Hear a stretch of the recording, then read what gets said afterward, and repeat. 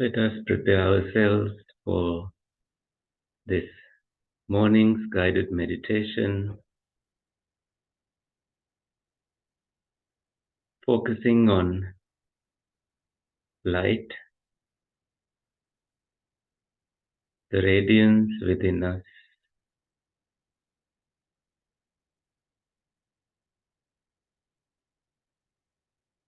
You may scan your body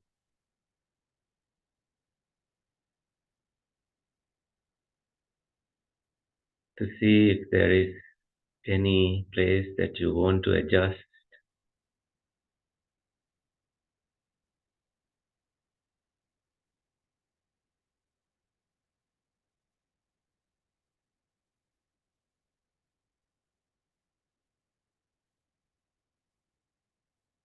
Your shoulders at ease, hands placed in a comfortable position.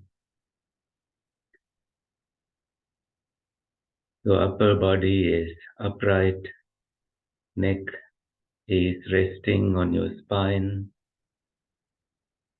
knees bent, and your sitting bones are supportive of this meditation sitting.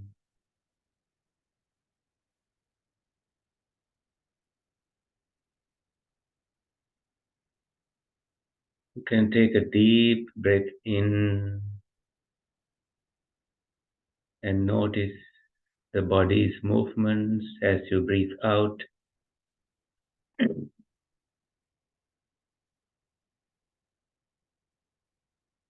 Letting go of any tension, any tightness anywhere in your body.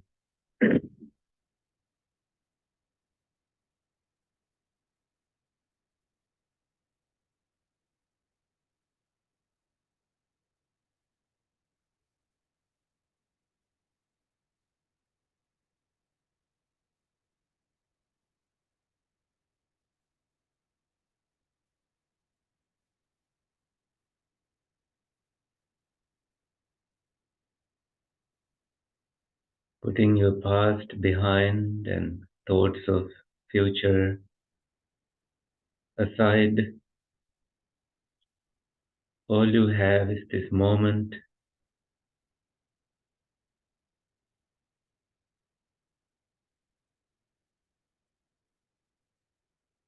By coming to seclusion through sense faculties, abandoning them and making room for going inwardly,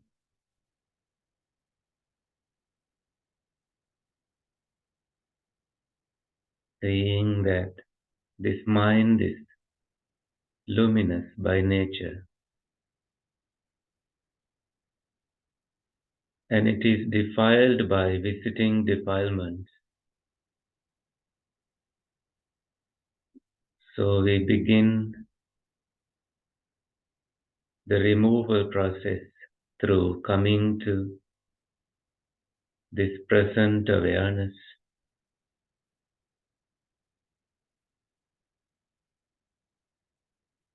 Without any tension, without any forceful effort, naturally, you breathe in mindfully and breathe out mindfully in a comfortable way.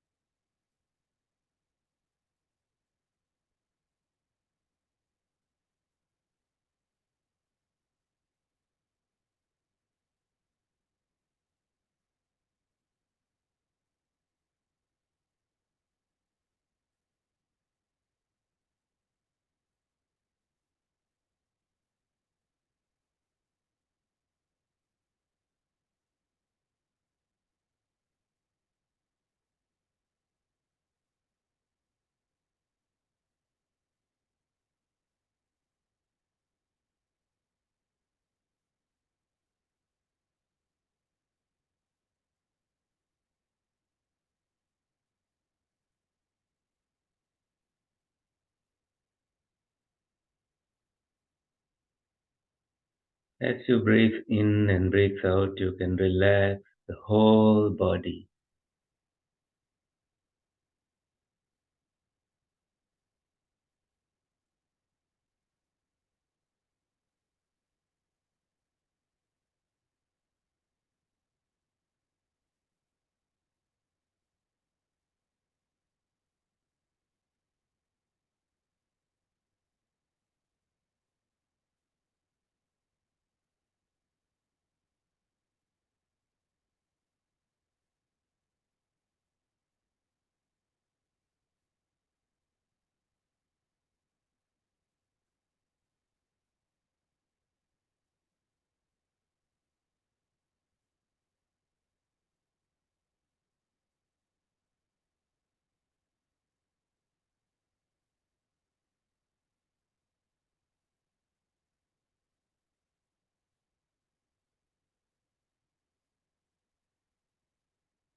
Continue adjusting your body as needed, and that mindful movement is a way of giving loving kindness to this body.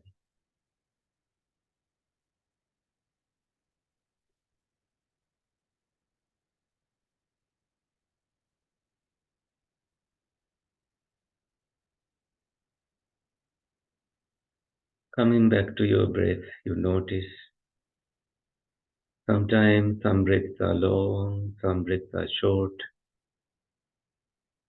So, with a level of mindfulness, we notice these differences and stay with them as they happen.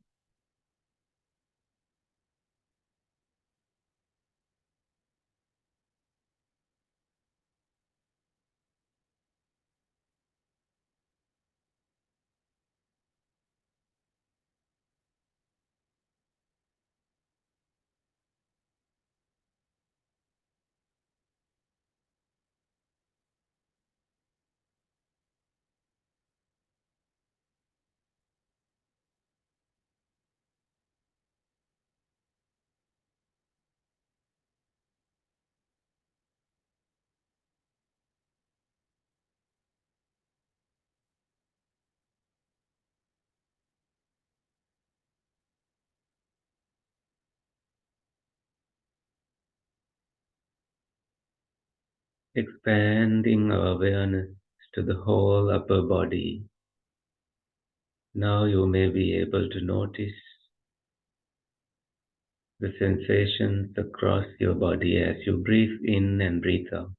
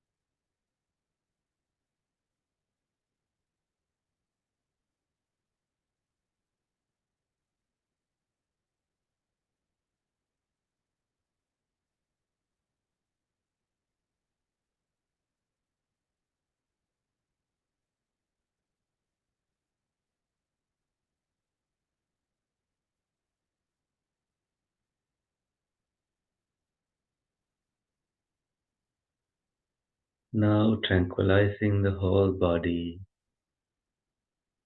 almost separating the mind from the body. We continue to breathe in and breathe out, noticing the breath, however subtle it becomes.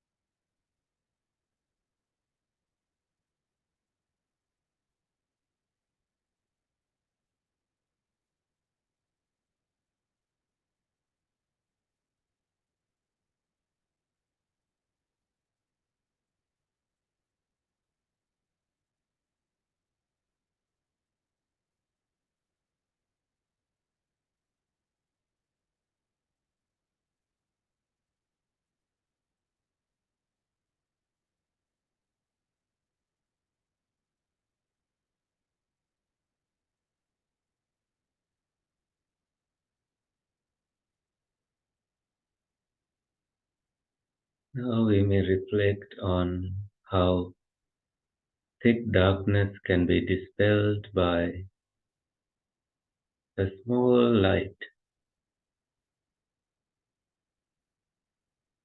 So, in the same way, by abandoning any defilements rooted in greed, hatred, or delusion, mind becomes the source of light, the source of radiance, like a diamond, like a crystal, pure and bright.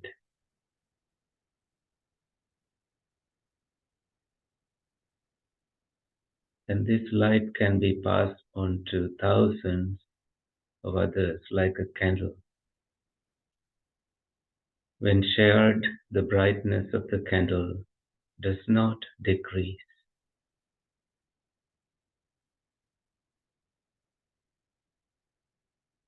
So, reflecting on this radiance of the mind, now separate from the body, we stay noticing Mahagata Chitta, the expanded mind, noticing the mind expanding infinitely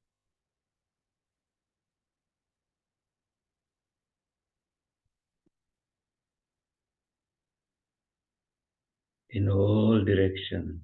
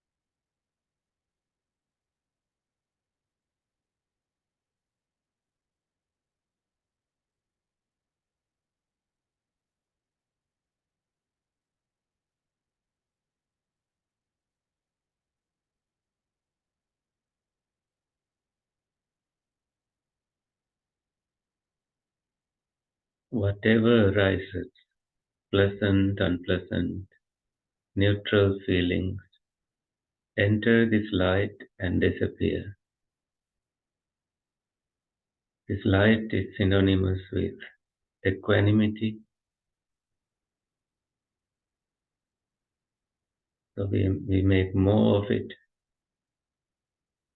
to see the way things are.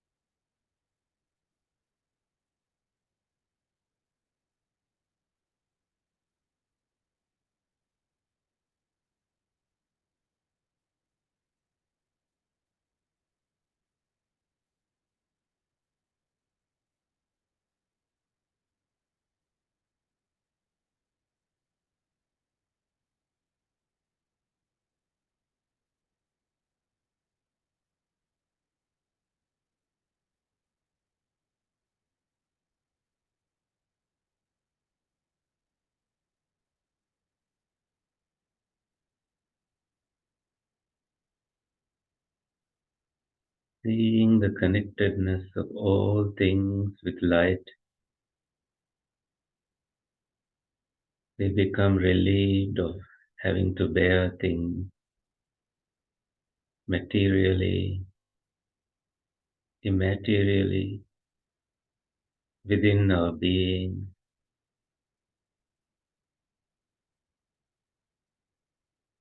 allowing things to flow in and vanish in this light.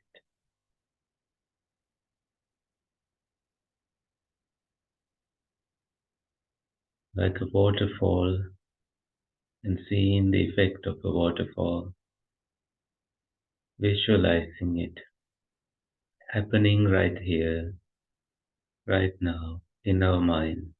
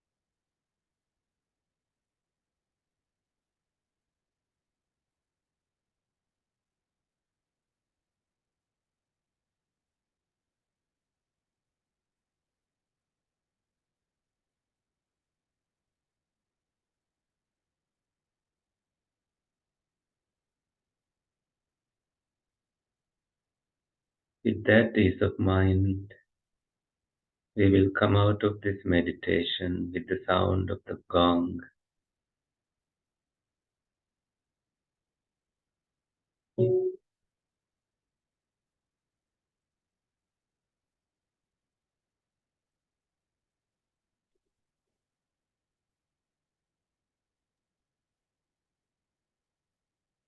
Thank you, Kusla. Thank you. So for the next part, I thought we can just read some quotes of light from all religions. So what other religions say about light. And then we have a few Dhammapada reflections. And after that, it'll be the end of the program. So here we have this site that I found somewhat useful.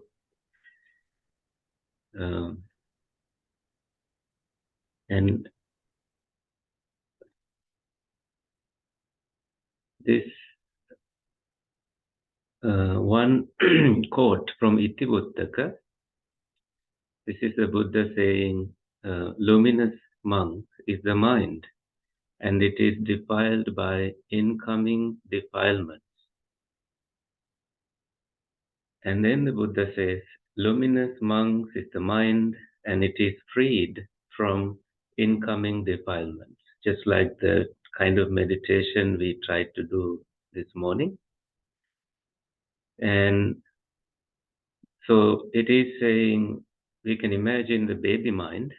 So baby's mind is free from the responsibilities and worries of an adult. So seeing a baby is a bundle of joy for us for this reason. But it is not the purest form of the mind, because babies do have anger and frustration and they express it. So this mind, luminous, is the default state of mind, and that it is defiled by incoming defilements.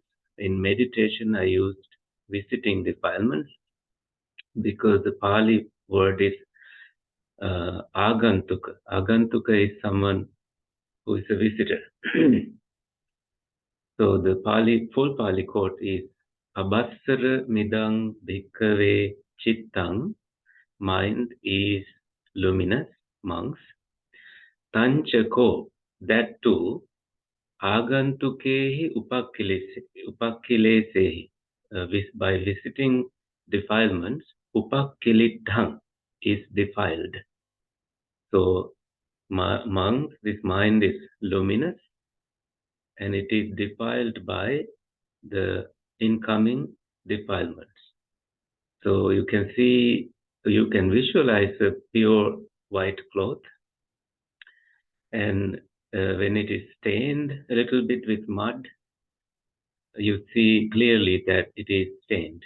And the good thing is that we can wash it and make it clean again. So the good thing about knowing that the mind is luminous is that we can remove any of these defilements and come to the luminosity. And we can start that lightness also when we smile, when we are happy about other people's happiness, success, and when we practice giving. So with giving, there is another quote, but it is under the fake Buddha quotes. There's this page, someone wrote an article, a blog post about fake Buddha quotes. But he says, I can't believe it is not Buddha. So he tries to find what actually the Buddha said. The quote that is famous, that is ascribed to the Buddha, is this one: thousands of candles can be lighted from a single candle, and the life of the single candle will not be shortened. Happiness never decreases by being shared. So what the Buddha actually said was this: Those who rejoice in seeing others observe the path will obtain great blessing. You see someone practicing the path, middle path, and then it is that they obtain a great blessing. So a recluse asked the Buddha, a Shramana asked, would this blessing be destroyed? The Buddha replied, it is like a lighted torch whose flame can be distributed to ever so many other torches, which people may bring along, and therewith they will cook food and dispel darkness, while the original torch itself remains burning ever the same. It is even so with the bliss of the way. So it's like the Buddha taught the Dharma and it went to monks, and monks were told, travel, O monks, and teach the Dhamma that is pure in the beginning, pure in the middle, and pure in the end. And those monks went to different directions and taught the Dhamma, and it is now passed down to us, and we teach, and it goes on to another generation. So let's go back to this other faith tradition. This is in Christianity. No longer will the sun be your light by day, and the brightness of the moon will not shine on you, for the Lord will be your everlasting light, and your God will be your splendor. Your sun will no longer set, and your moon will not wane, for the Lord will be your everlasting light, and the days of your sorrow will be over. So this is like a floodlight, that it is a beam that is shining forever, and you become it, and no sorrow will be there. It inspires people to be pure and focus on the path toward God. And more quotes. I am the light of the world. He who follows me will not walk in the darkness, but will have the light of life. For where your treasure is, there your heart will be also. The eye is the lamp of the body. If your vision is clear, your whole body will be full of light. These are very inspiring quotes. I am the light that is over all things. I am all. From me all came forth, and to me all attained. So these quotes are self-explanatory, and this last one, that I came from light, reminds me of the Buddhist Genesis, that is the Aganya Sutta, knowing endless beginnings. And in it, these beings were luminous, Sayang Pabha and Antalika Chara, that they were able to travel in the space, not on ground, but in the open space. Piti Bakha, they consumed happiness as their food. So they then saw the tasty earth and descended. So then on the craving arose, so their light disappeared. And as they started consuming this earth slowly in different ways, the body, a material body, was needed. So this is how the evolution is described in the Aganya Sutta, which we discussed in a previous discussion. So we'll go to Taoism. It says the light is neither inside nor outside the self. Mountains, rivers, sun, moon, and the whole earth are this light. So it is not only in the self. All the operations of intelligence, knowledge, and wisdom are also this light. So it is not outside the self. The light of heaven and earth fills the universe. the light of one individual also naturally extends through the heavens and covers the earth. Therefore, once you once you turn the light around, everything in the world is turned around. It's like what is visible is what where light lands, and that the light of one individual also naturally extends through the heavens and covers the earth. So when heaven is luminous, we have light, and that our own light extends over to heavens. It's as if heavenly beings are watching how we try at make an effort to purify our own being, and that they come along the way and support us. That we will need you when you are done on this human world, human life. So these stories are found also in Buddhist faith. And Hinduism says there is a light that shines beyond all things on earth, beyond us all, beyond the heavens, beyond the highest, the very highest heavens. This is the light that shines in your heart. Pure it is, the light of lights. This is what the knowers of the self know. The sun shines not there, nor the moon and stars. Their lightning shines not. Where then could this fire be? This shining illumines all this world. And there is also a Buddhist quote similar to this, that where there is, I think we discussed this in the Bahya Sutta, it's described in Nibbana. It's not a place where there is a sun, there is no stars there is no moon shining there, that it does not uh, literally exist. So when a place does not exist, it cannot have suns, moons, or any material things. So because of having no footing, it is saying that it is this ending of all conditioned things. When consciousness, I mean, perhaps in simple terms, in meditation, if consciousness has nothing to be conscious on, such as feelings or perception, then consciousness experiences what we call cessation, nirodha, no bonding, uh, no holding on to things. And there's no thought processes, nothing whatsoever. We come out of it, and then realize slowly that the manifestation of the mind, thoughts, breathing, and the body's process. This is taught also in Tibetan Buddhist tradition, that someone to become a good teacher, they should experience this.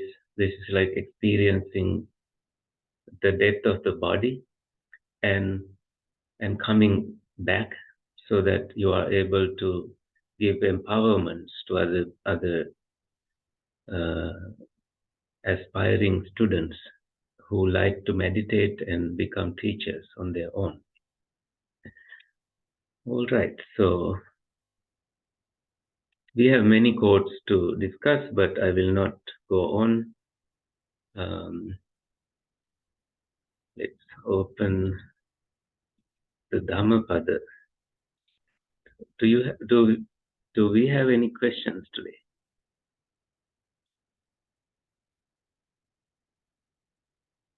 Opening the Dhammapada.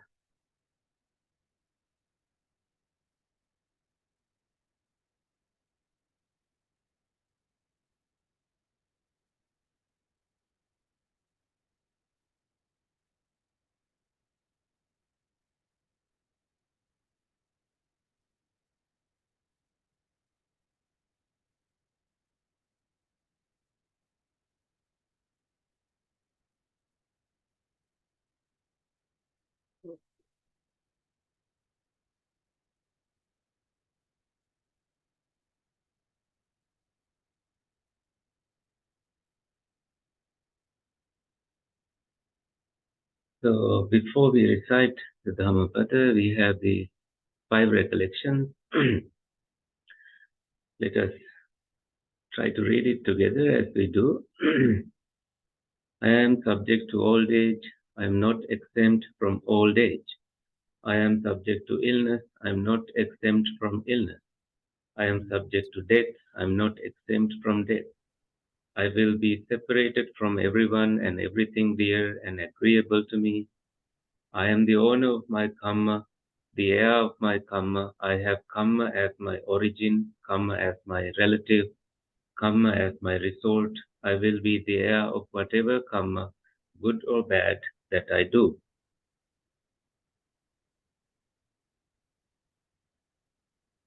Let us read together these Dhammapada reflections as daily reminders of the teaching. Mind is the forerunner of all evil states. Mind is chief. Mind meda de. If one speaks or acts with an unwholesome mind, because of that, suffering follows one, even as the wheel follows the hoof of the draft ox. Mind is the forerunner of all good states. Mind is chief. Mind meda de.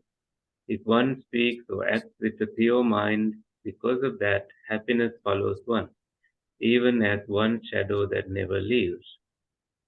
He abused me, he beat me, he defeated me, he robbed me. In those who harbor such thoughts, hatred is not appeased. He abused me, he beat me, he defeated me, he robbed me. In those who do not harbor such thoughts, hatred is appeased. Hatred is never overcome by hatred in this world. Hatred is only overcome by love. This is an eternal law. In the unessential, we imagine the essential. In the essential, we see the unessential. Anyone who entertains such wrong thoughts never will realize the truth. What is essential, we regard as essential. What is unessential, we regard as unessential. Anyone who entertains such right thoughts will realize the truth. Here, one develops a mind that rejoices now, and in the future, one rejoices. In both states, the well-doer rejoices. One who rejoices a lot will be able to see the purity of their own deeds, speech, and thoughts.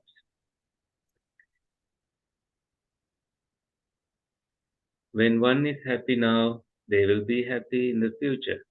In both states, the well-doer is happy. Thinking I have done good in the past, one becomes happy and will easily experience a blissful state of mind. Though a person recites sacred texts but doesn't act accordingly, that heedless person is like a cowherd who counts others' cows. They have no share in the fruits of the holy life. Though a person recites the sacred text very little but acts in accordance with the teaching, they give up lust, hatred, and delusion. They truly know what is good, and this leads to a mind that is free from suffering. They cling to nothing here and in the future. In this way, one shares the fruits of the holy life.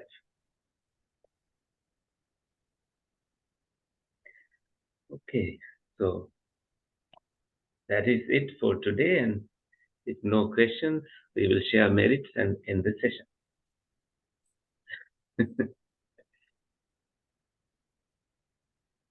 May the suffering ones be suffering free, fear struck fearless be. May the grieving shed all grief, may all beings find relief. May all beings share this merit that we have thus acquired for the acquisition of all kinds of happiness.